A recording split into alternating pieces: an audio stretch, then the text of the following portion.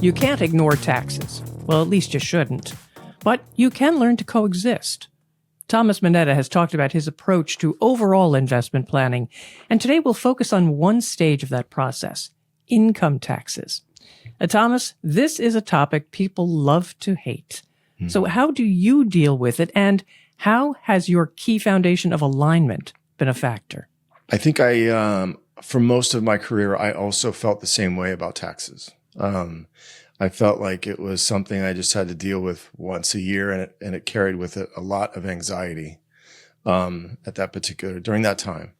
And that's changed. And I think that the industry is trying to change, but it's the registered investment advisory side of the business that is adopting tax planning as a really important part of the overall planning process in ways that they didn't before. And in every other job that I ever had prior, as a W-2 advisor, you never offered tax advice. You just didn't do it. It was a third rail. You didn't touch it. There were disclosures that said that you were not allowed to do it, and you needed to consult with your CPA or a tax attorney. Why weren't you allowed to even, touch on it? I think it was the liability of it all. If you're not a licensed CPA, you shouldn't be talking about it. And it brought about too much liability for the firms. And they just figured, you know what, let's not even bring that into the equation at all. And over the last 5 years, the software that I've been using, Holistiplan, has become so powerful and so elegant, really, that it allows you to have a conversation with clients that you never would have had before. And it's an ongoing conversation throughout the year. So instead of it being one big anxiety-ridden experience, you're just diffusing that by having little conversations throughout the year about where they are, what their tax picture looks like, just a little check-in. Here's what it looks like. Are we on the same page? Have there been any changes? Has anything happened, that would alter your tax picture? And it's a much more robust conversation around, what they should be doing and in ways that can help them in the long run. I think that the software is going to continue to get stronger and more powerful. I use it just for personal income taxes, but there are advisors out there that are helping small business owners that in their income, it fluctuates dramatically throughout the year. And it really helps them to plan, for their taxes. But again, for me, it's something that I just brought into my practice in a much more, integrated way, because prior, it wasn't something I could talk about. It wasn't something I was even allowed to talk about. And, once you free yourself from that and you're permitted to do it and you see how powerful it can be, you understand that it's just one more thing that can help people without hurting them. And to not have that planning makes it a much, much less efficient process, and it makes it much less powerful for the end client. And so while we talked about investment planning being kind of the foundation, tax planning is a living, breathing kind of part of your planning process throughout the year. And it should be. It really should be. How has this changed in the way you bring new clients in? That's a great question. So formerly it would be, you'd meet a client and you'd ask for their account statements and maybe you'd get last year's tax return, maybe. Probably not, but you might. But for me, I absolutely require that I get the past 3 years tax returns so that I can show them over time the changes and how, it's not always going to be exactly the same. Maybe for some people, it's even more dramatic if they've changed jobs or if they've gotten laid off or if there's something that's happened in their life. And so you can show them how these fluctuations change and how you can do different things as that evolves. You can make changes with different income levels and with different parts of the tax code that you can take advantage of. That was never something I did before, but having that historical fact pattern to draw from allows you to have those conversations about how to plan for the future given what has happened in the past. So it's when you do an investment review, you look at performance reports. It's kind of like the same thing. You're just looking at how your tax picture has evolved over time. And maybe it hasn't moved a lot, but for some it has. And so you have to plan accordingly. So do the new clients ever get surprised at what you're showing them? I think that they're surprised that you require the 3 years. And that's initially the reaction that I get. I don't understand why why can't you just, I can show you last year's.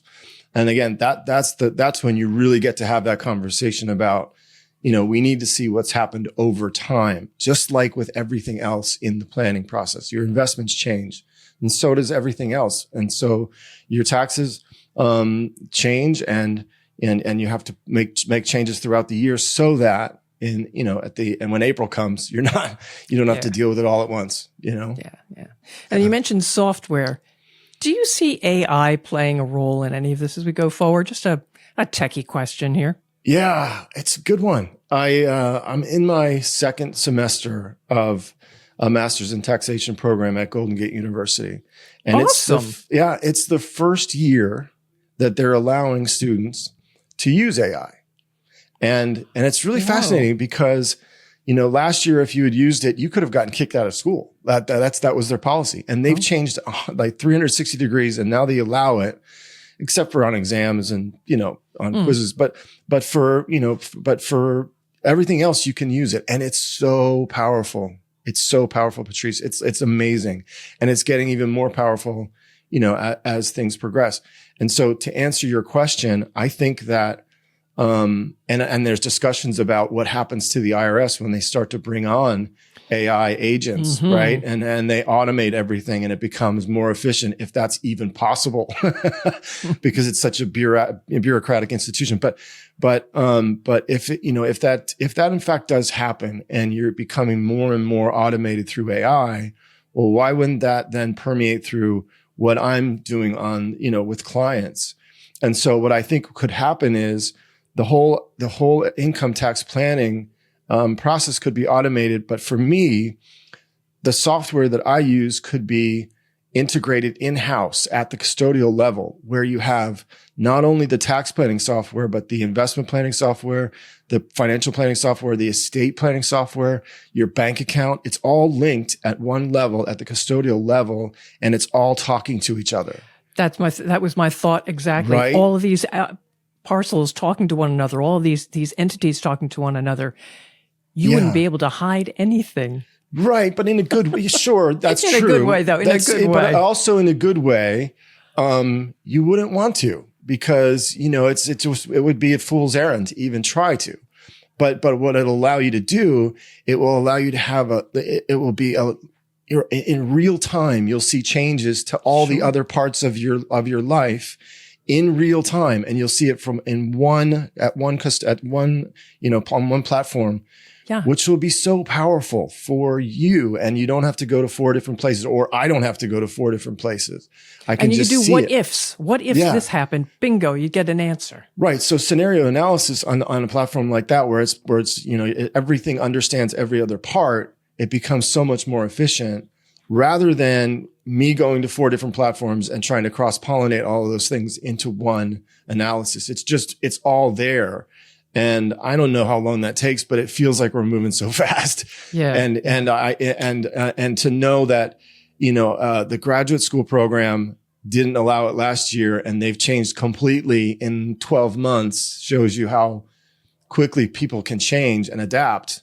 And I think it's for the better. I didn't use ChatGPT before I started the program, and I use it all the time now. So, and I find it useful in so many other ways. So, it'll be interesting to see. I just think that, but with the issue of income tax, it could be made so much more efficient if it were automated, because a lot of the sludge in the system with the IRS is because they don't have enough people. They don't have enough money. They don't have, the tax code is so huge. It's enormous, and it's so hard to understand.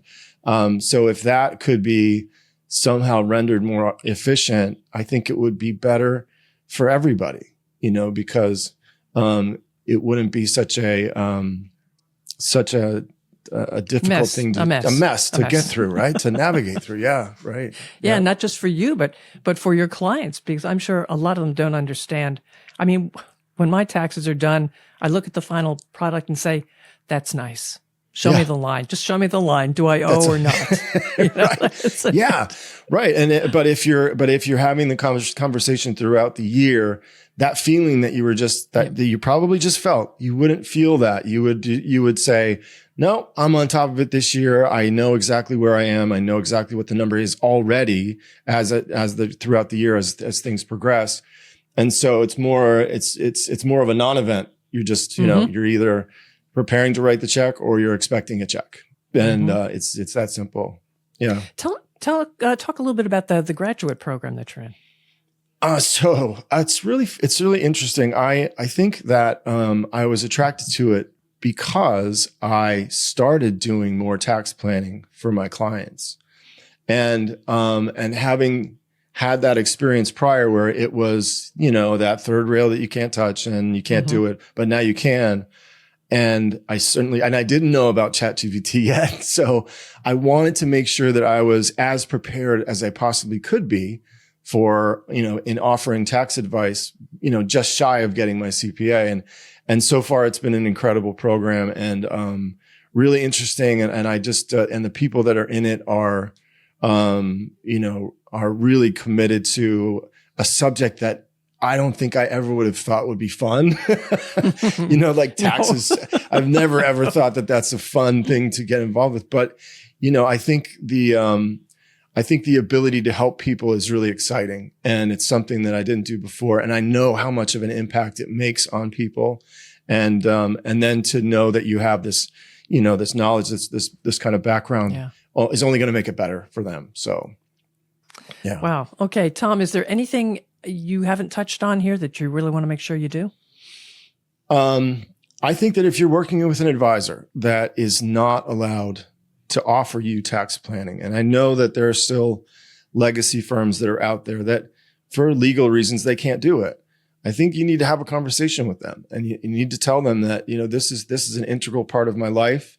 There are other advisors that are doing that. And I think that I would rather have the conversation throughout the year instead of one time of year. And I think that you'll benefit greatly from it. So seek that out. Excellent. How can people reach you, Tom? Well, we have, the website is www.manettawealth.com. There is a separate website for Behind the Curtain Finance. If you'd like to look at all of the different videos that we're making. If you'd like to reach me by phone, 415-640-2121, or by email, thomas@manettawealth.com. All right, fantastic. And folks, be sure to follow this podcast so you don't miss any new episode. In fact, you'll be told when a show is ready for you. And of course, share it with others. I'm Patrice Sikora, and thanks for being with us.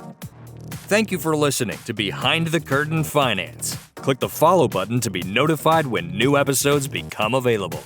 Visit our website at www.manettawealth.com or give us a call at 415-640-2121. The information covered and posted represents the views and opinions of the guest and does not necessarily represent the views or opinions of Manetta Wealth. The content has been made available for informational and educational purposes only. The content is not intended to be a substitute for professional investing advice. Always seek the advice of your financial advisor or other qualified financial service provider with any questions you may have regarding your investment planning.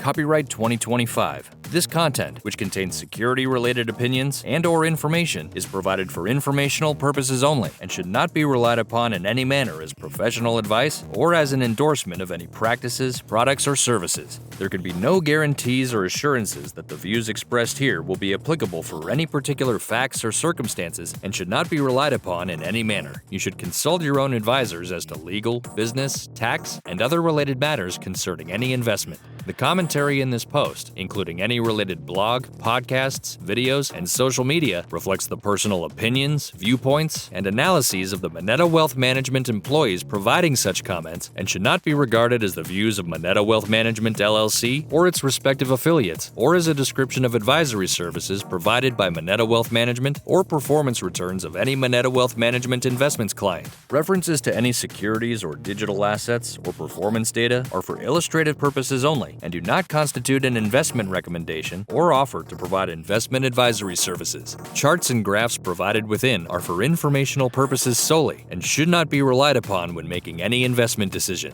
Past performance is not indicative of future results. The content speaks only as of the date indicated. Any projections, estimates, forecasts, targets, prospects, and/or opinions expressed in these materials are subject to change without notice and may differ or be contrary to opinions expressed by others.